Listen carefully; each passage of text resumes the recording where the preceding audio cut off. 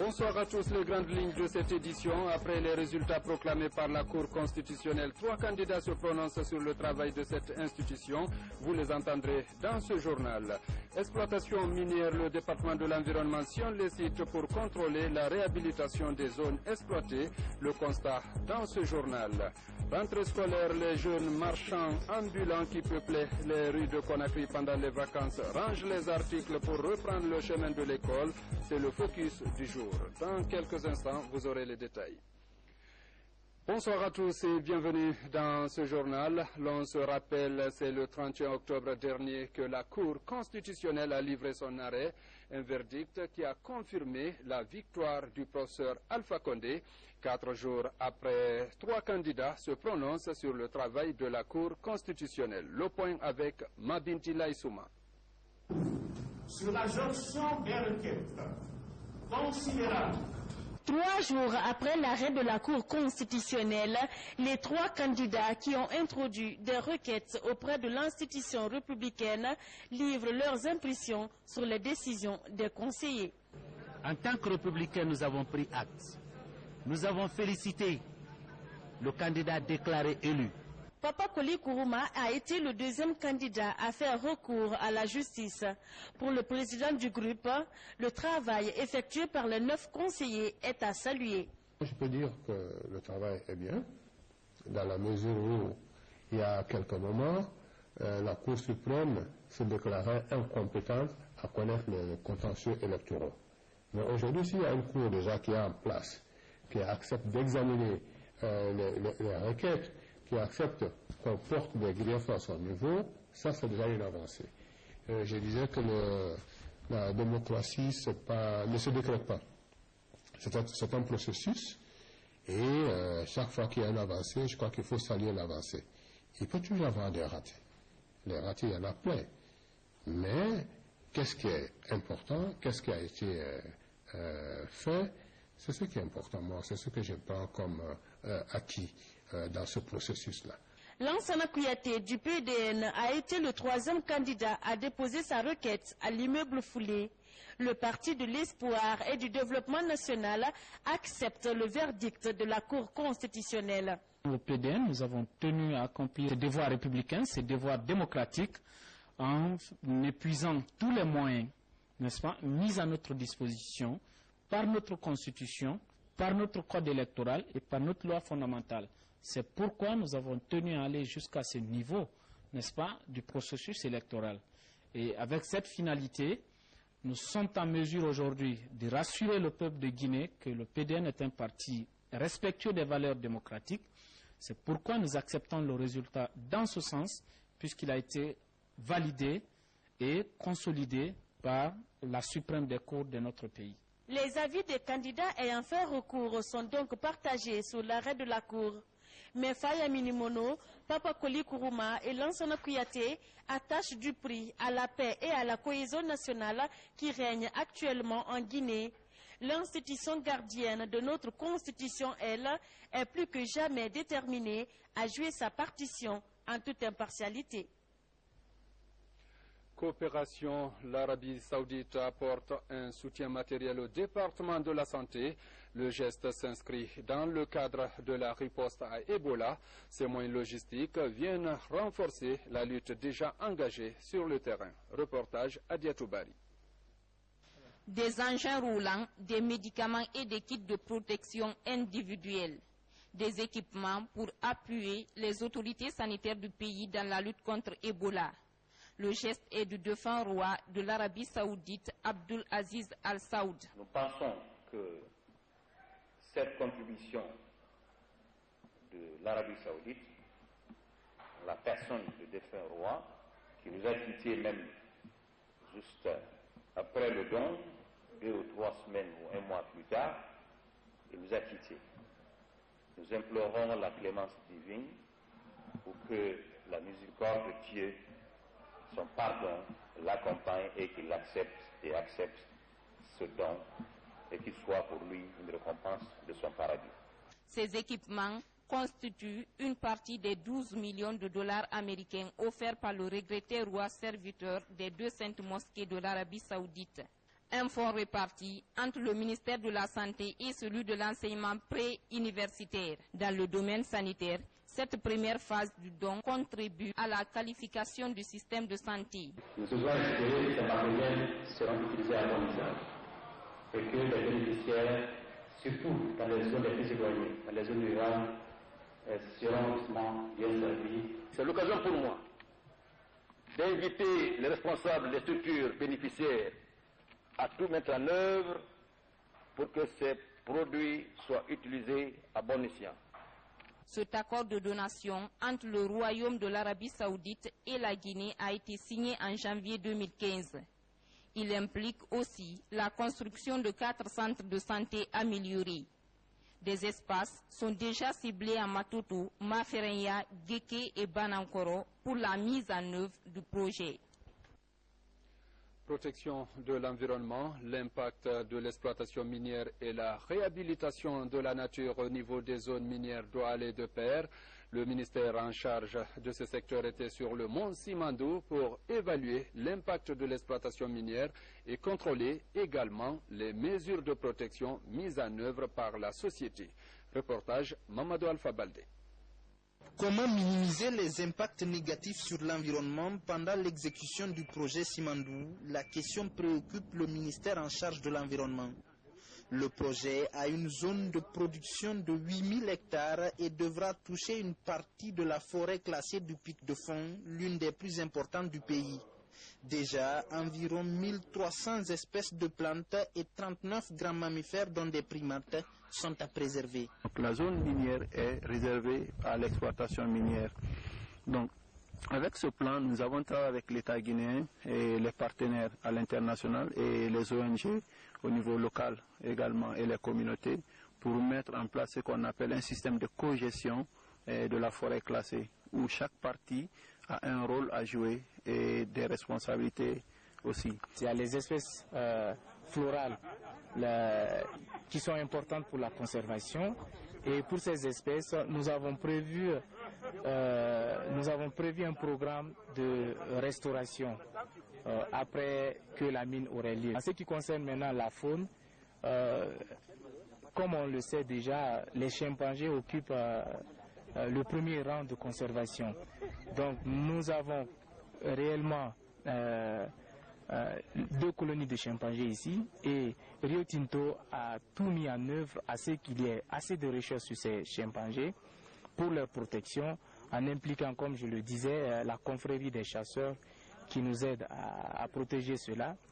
Depuis 2007, Rio Tinto a procédé au reboisement compensatoire de 140 hectares dans la forêt du Pic de Fond. Pour maîtriser l'érosion, la stabilisation des surfaces nues est effectuée. Des efforts qui rassurent les défenseurs de l'environnement. Comment faire afin que l'exploitation ne porte pas un grand préjudice à ces ressources, à savoir les forêts qui sont là, à savoir la faune et la flore. Le programme de l'environnement qui est ici prend tous ces aspects-là en considération. Et je pense que les autres projets aussi doivent continuer, doivent faire la même chose. Parce qu'il ne s'agit pas de fuir le ministère de l'Environnement. Le ministère de l'Environnement n'est pas là pour bloquer le développement. Mais on a dit oui, on va se développer, mais il faut que ce développement soit durable et dans la mesure du possible, ce développement soit propre. Les ressources du mont Simandou sont estimées à 2,3 milliards de tonnes. L'exploitation, elle, pourrait durer au moins 50 ans.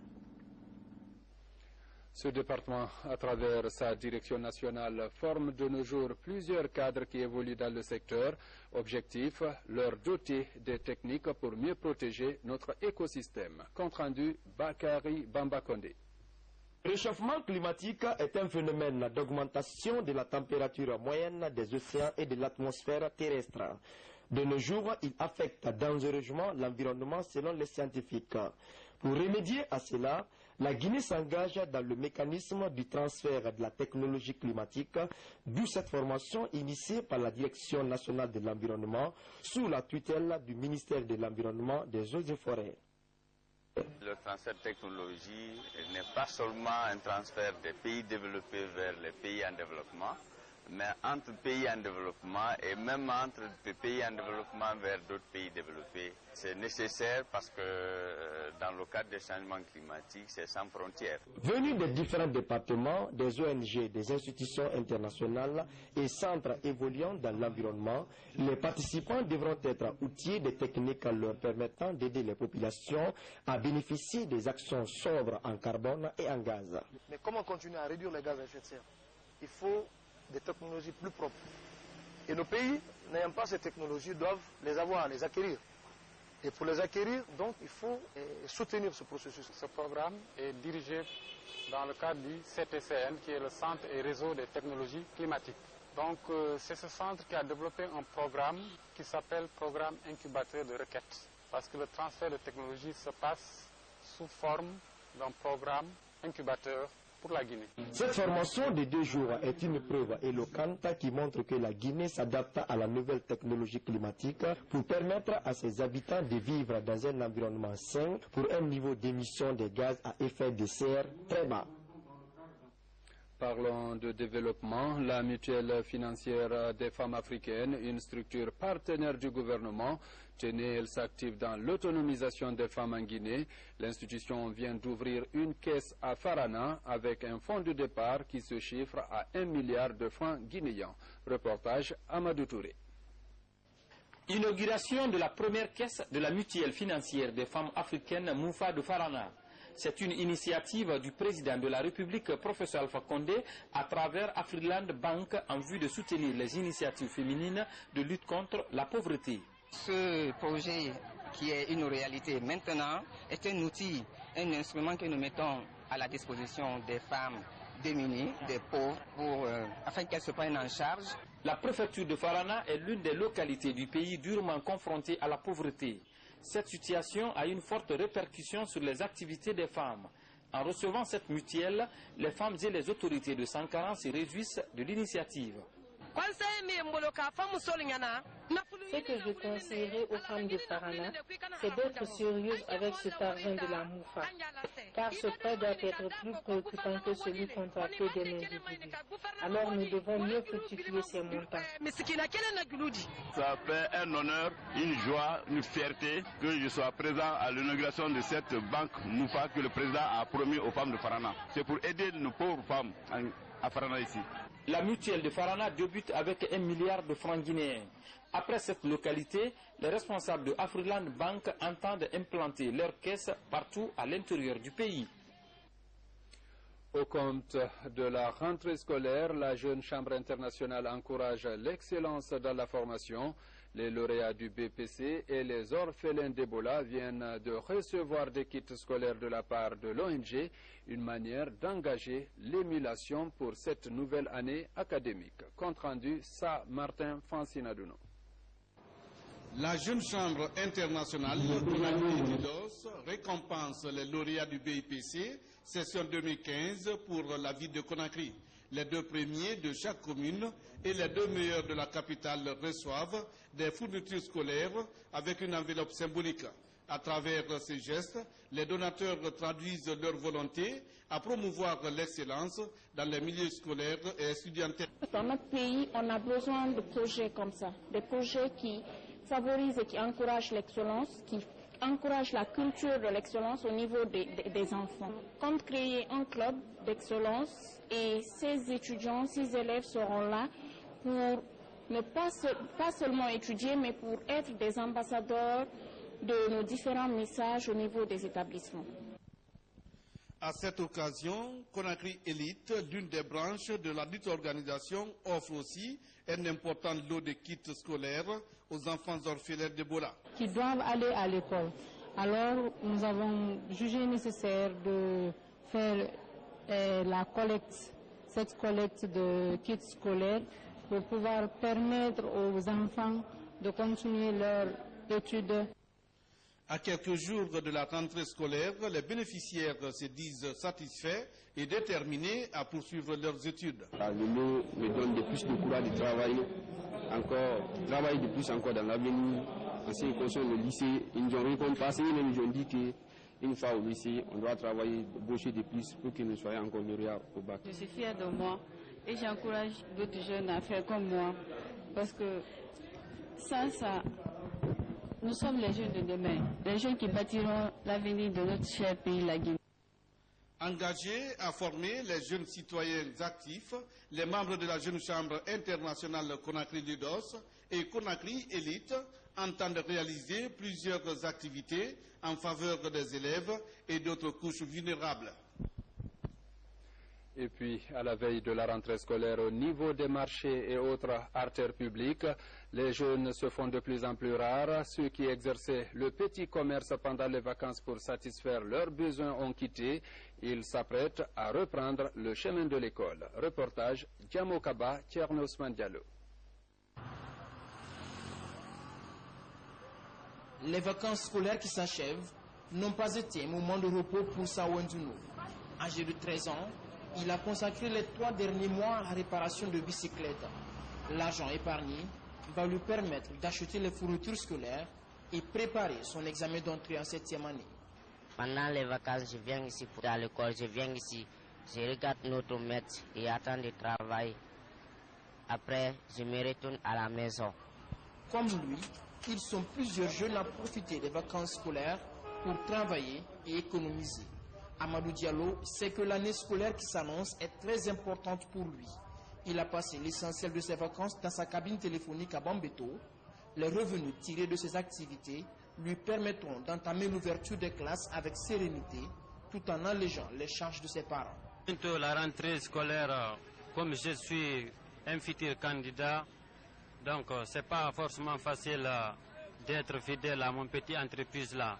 Mais de temps en temps, une fois que la rentrée est prévue, donc je peux essayer de choisir des jours acceptés.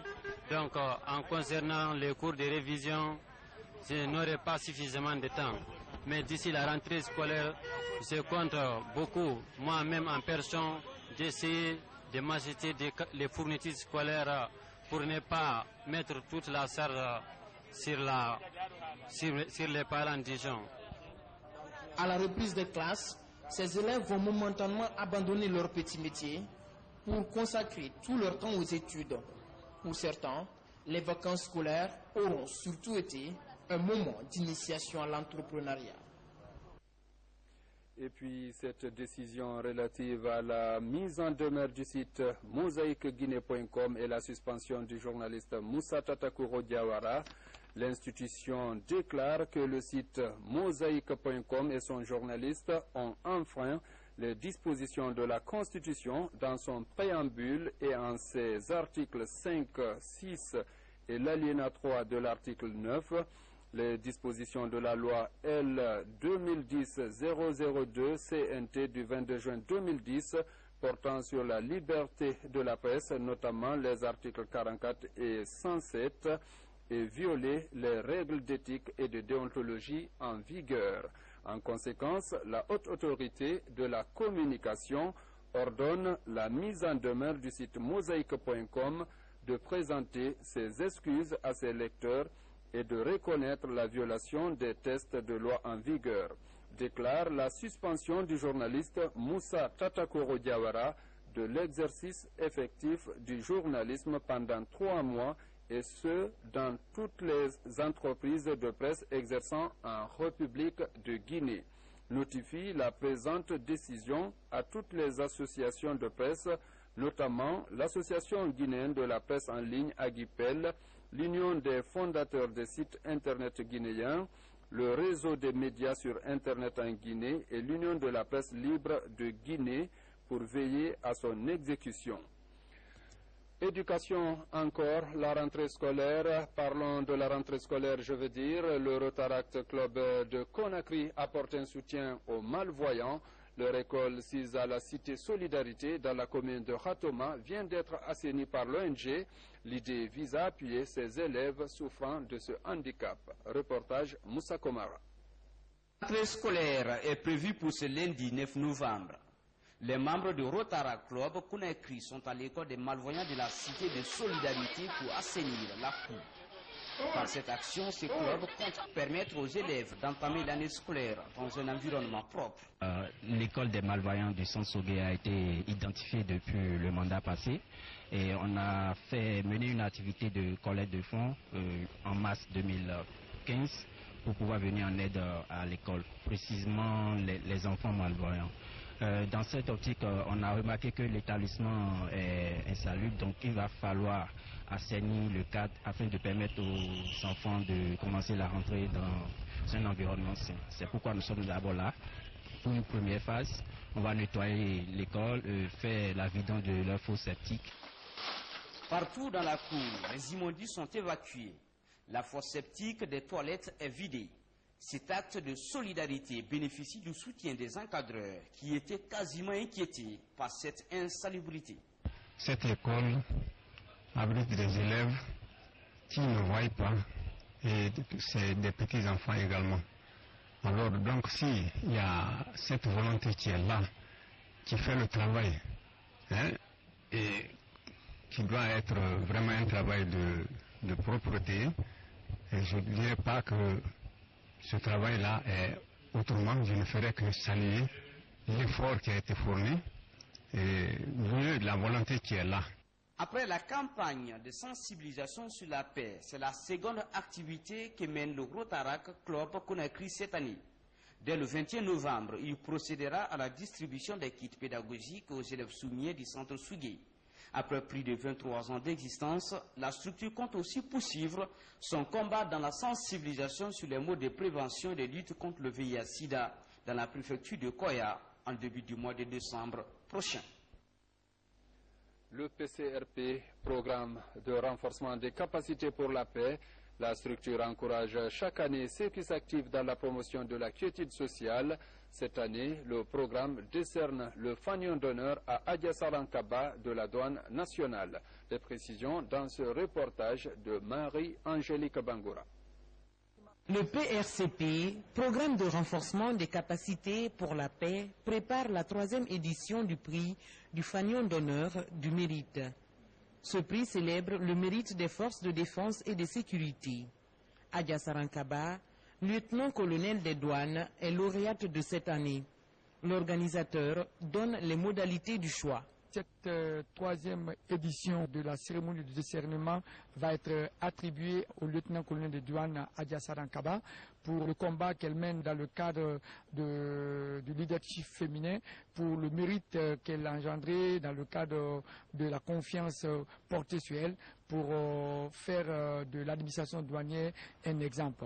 Je voudrais ici remercier très sincèrement l'administration douanière et singulièrement le général de brigade Toumani Sangaré qui n'a ménagé aucun effort pour la réussite de cette cérémonie et que je pense que aujourd'hui c'est une occasion pour nous de féliciter la lauréate Adja Sarankaba et toutes les femmes douanières, mais aussi les cadres de la douane qui se sont investis inlassablement aux côtés de cette brave dame pour porter haut le flambeau de la douane. Avec l'appui de ses partenaires, la structure a réussi son pari. Des âmes vaillantes se font remarquer d'année en année. Elles sont ainsi ciblées et récompensées. À travers cette initiative, une émulation est créée au sein des forces de défense et de sécurité. La remise du fanion d'honneur à Dame Adja Sarankaba est prévue dans la 2e quinzaine du mois de décembre. Et puis, ce communiqué du Conseil économique et social, il est porté à la connaissance des membres du Conseil économique et social que la 2e session ordinaire 2015 de l'Assemblée plénière du CES poursuivra ses travaux le mercredi 4 novembre 2015 à 10 heures précises et le jeudi 5 novembre 2015 à la même heure dans la salle de conférence du siège de l'institution. En raison de l'importance de l'ordre du jour, la présence de tous est requise. Conakry, le 2 novembre 2015, signé le secrétaire général Mamadou Bobo Kamara. Mesdames et messieurs, c'est la fin de ce journal. Merci à vous qui nous regardez à Nunkunkan, à Batenafagi et partout ailleurs dans le monde.